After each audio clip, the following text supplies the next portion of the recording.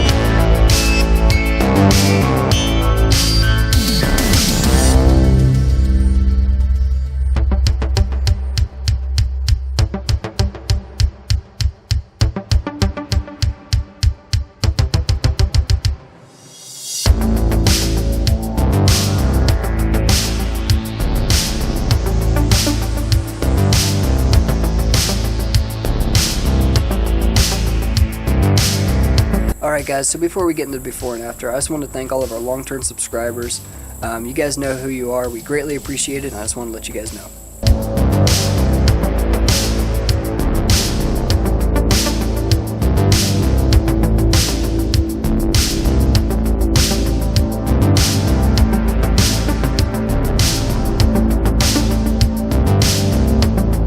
So that finishes up our door restoration video. In the next video we're going to be installing the panels by the back seat and doing the paint and everything there. And probably installing the headliner as well, because there is not any right now. After that we'll probably be installing new carpet. So stick around, subscribe if you haven't already, and we'll see you next time.